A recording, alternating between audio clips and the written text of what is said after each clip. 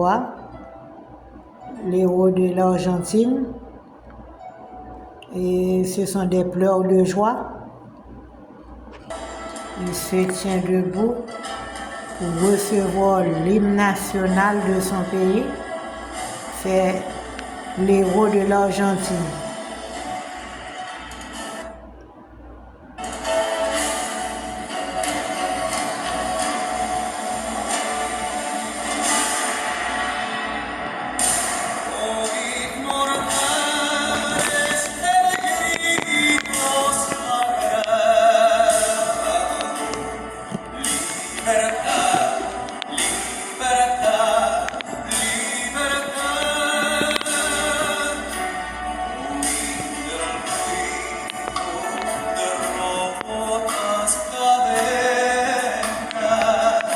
Des pleurs de joie.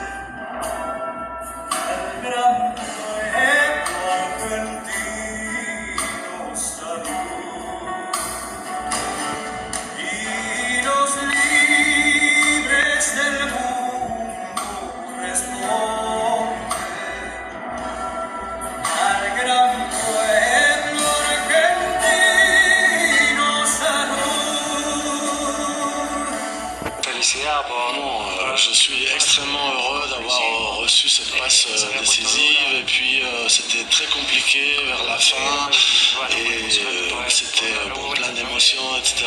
Que de retournements.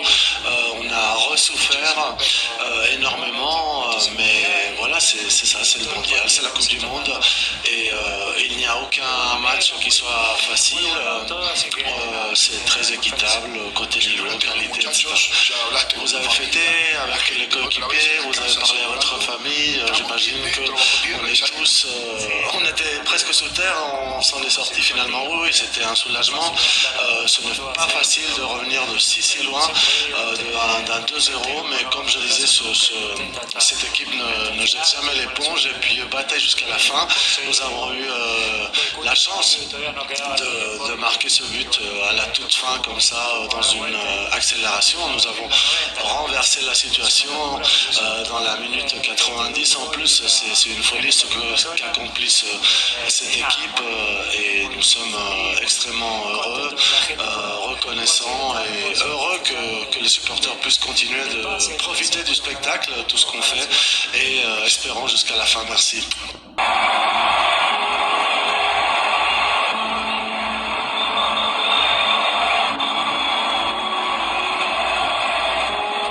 Ce sont des pleurs de joie. Encore l'héros de l'Argentine. Il pleure sérieusement, amèrement. C'était vraiment compliqué.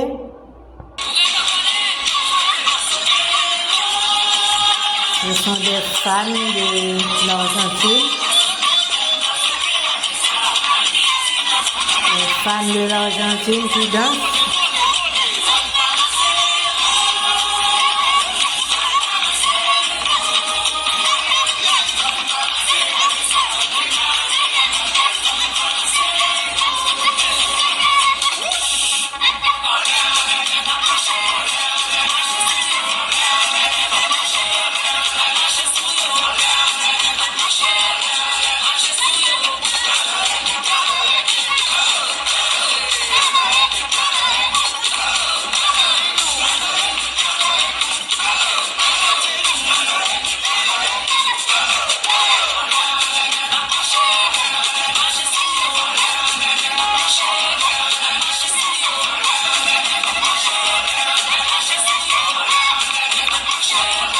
C'est vraiment amusant.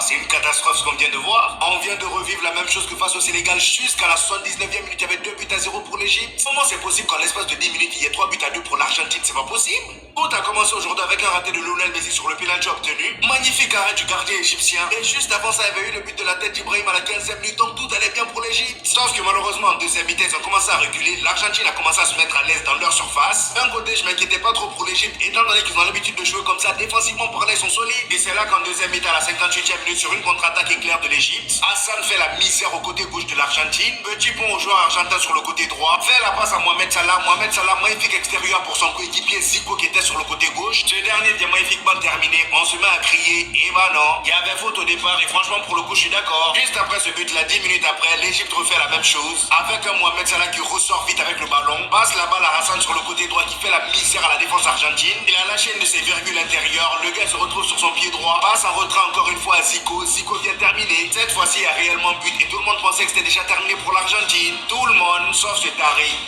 Lionel Messi, 39 ans, en l'espace de 4 minutes, passeur décisif pour Romero. Juste après, il vient de lâcher une mine pour l'égalisation. Et pour terminer à la 92e minute, Enzo Fernandez vient faire mouche. Messi, tu es mauvais. Moi qui m'attendais à ce qu'il prenne la route aujourd'hui comme Cristiano Ronaldo, Neymar et Modric. Il veut pas nous lâcher. Non, mais là, je peux. Incroyable, mais vrai.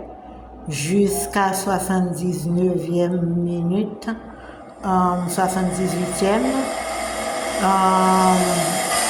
l'Argentine avait encore une 0. C'est vraiment incroyable. Et quand bien même, l'Argentine a réussi.